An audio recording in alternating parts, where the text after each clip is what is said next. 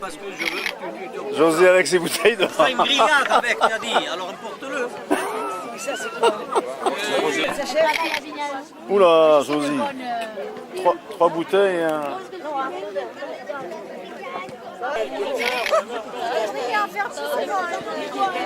Une belle.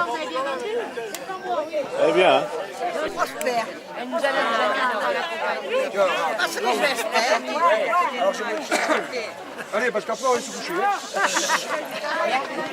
Quand on voit passer le grand Prospère sur la place Pigalle, avec son petit chapeau ouvert et sa martingale, à son air, là-bas, il se démarche en canard, pour pas être bachelier, pour deviner son métier. Prospère, youpla, boum,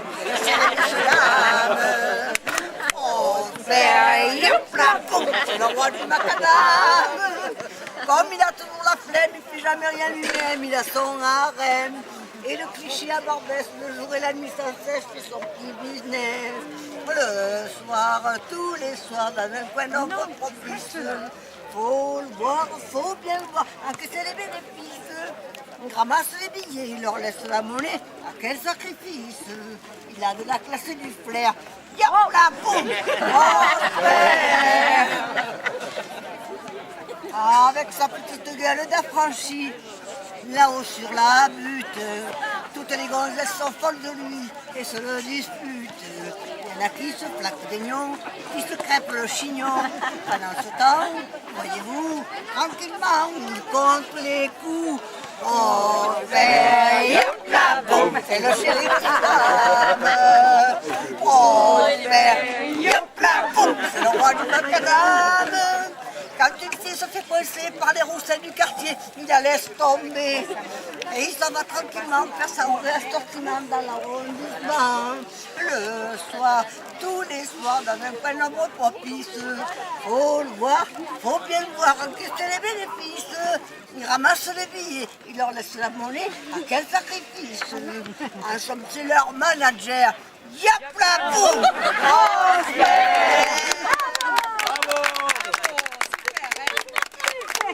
Ah bah dis donc. Mille merci. C'est super.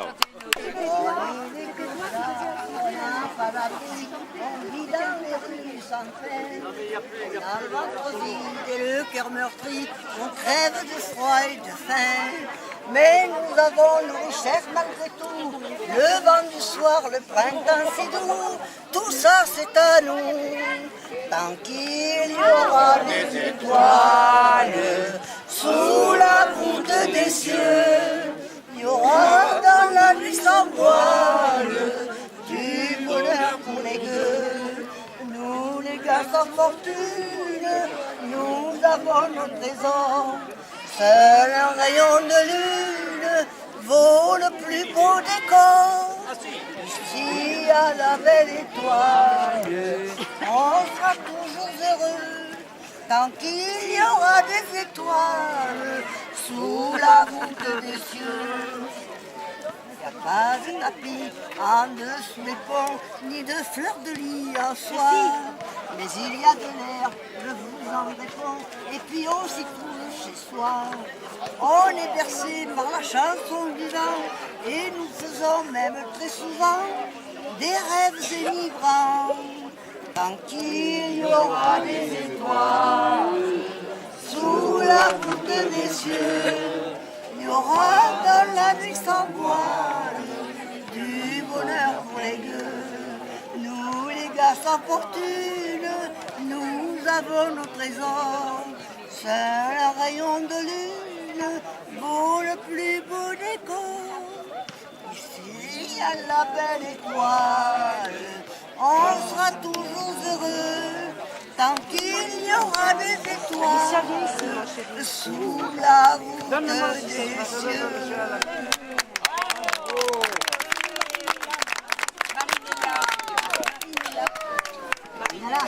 Allez, mamie. Quand je te tiens là sur mon cœur, pour moi c'est un tel bonheur, qu'un mot ne peut l'exprimer. Tout mon être est transformé, je voudrais que le moment qui me troublait éperdument se prolongeait éternellement. Marinella, reste encore dans mes bras, avec toi je veux jusqu'au jour, danser cette rumba d'amour. Son rythme fou nous apporte bien loin de tout, vers un pays mystérieux, au pays des rêves bleus. L'eau qui porte mon épaule, tandis que nos mains se frôlent, je vois tes yeux qui m'enjôlent d'un regard plein de douceur. Et quand nos cœurs se confondent, je ne connais rien au monde le meilleur. Elle est là, reste encore dans mes bras, avec toi je veux jusqu'au jour, danser cette rumba d'amour. Ça n'est pas fini. Je ne connais pas le deuxième. Le docteur. Allez, le tube là. Non, regarde le tube là. Le tube là? Oui. Le docteur. Non, les deux. Mon frère aîné, il était un peu simple esprit. Hein. Et il avait mal au ventre quand le docteur voulait faire passer la visite. Alors il me dit, je ne sais pas ce qu'il m'a fait le docteur. Il m'a fait mettre sur la table, il m'a fait mettre les genoux comme ça, le cul en pomme. Vous voyez? On voit. Et moi j'avais les bras comme ça, je le regarde passer. Passer avec un tube comme ça. Et le docteur, vous n'allez pas me mettre ça dans le cul, moi. Parce que moi je ne peux même pas me mettre le thermomètre. Bien. Après il va à l'épicerie, il va chercher une boîte d'escargots de Bourgogne. Une grosse boîte comme ça, plus ma mère elle était morte, ils aimaient les escargots. Mais ils ouvrent la boîte, c'était des escargots sans la coquille. Il a retourné la boîte, il dit Mireille, oh, je ne sais pas comment ils sont morts ces escargots. Tu me vends des escargots sur la coquille, mais qu'est-ce que c'est des escargots? Tu me rembourses mes sous parce que moi des escargots sur la coquille, j'en veux pas.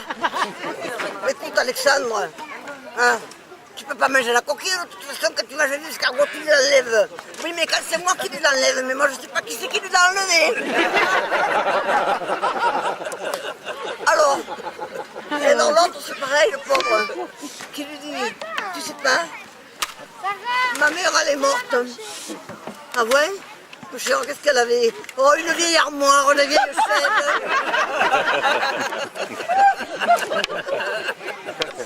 Après, c'est à la caserne. Alors, à la caserne, il y a l'adjudant qui passe les soldats en revue. C'était dans les Vosges, c'était l'hiver, ils avaient de la neige. C'était dans un grand type de la campagne, comme ça, il dit, oh mon gars, vous savez que les bleus, c'est les bleus qui font toutes les corvées quand ils arrivent à la caserne. Oui, mon adjudant. Eh bien, écoutez, si vous êtes capable, vous, d'écrire tout en faisant pipi votre nom dans la neige, je vous dispense de toutes les corvées. Bien, mon adjudant. C'est même pour que je vous dise quelque chose. Moi, pour ce qui est de pisser, d'écrire mon nom dans la neige, ça va, hein. Mais il faut me tenir le porte-plume parce que je ne sais pas écrire. Mais il faut tenir en compte de vie parce que je sais pas écrire. Après, ça c'est un autre homme. Un paysan, le pauvre, ça va au service militaire, il est vraiment innocent. Hein.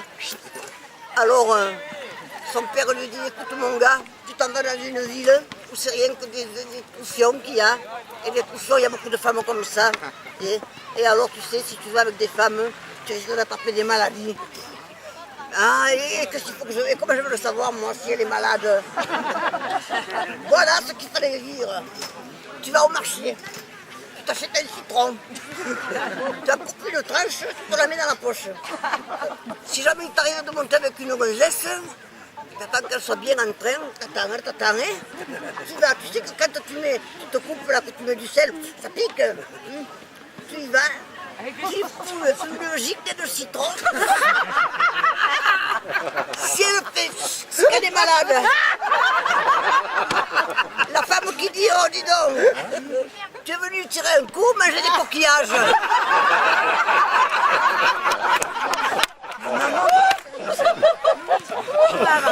Ça va les beaux.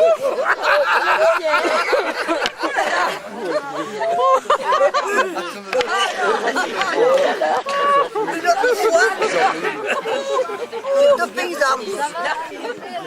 C'est deux paysans, le mari et la femme. Donc une seule fille. Et alors le mari, il est à la campagne, un peu, il est grossier. Mais il a cette fille, c'est pas la Marie. On a beaucoup d'argent, nous. On va y faire prendre une bonne éducation à la petite. Et comme ça qu'elle apprendra les bonnes manières. Hein. Alors il amène la petite dans une belle institution. Et le matin, la femme, elle ne peut pas se lever. Elle a un furon cloqué qui lui fait mal. Alors elle ne peut pas s'asseoir dans la voiture. Alors on dit à son mari, tu vas aller à l'institution, là, tu vas y dire à la petite, hein, que moi j'ai un furon cloqué, que je peux pas me faire dans la voiture. Comme tu voudras. Alors le voilà au parloir. Sa fille, elle arrive. Maman, elle est coincée à quoi ça? Bonjour papa. Et maman, où elle est? Ta mère, elle a un furon cloqué. Puis d'abord, on ne dit pas le cul, on dit l'anus. Il arrive le directeur. Bonjour monsieur, je vois pas madame, est-elle souffrante? Eh bien, ma fille, ma femme, elle a le furon clos. Dis donc Gisèle, comment tu appelles le trou du cul de ta mère?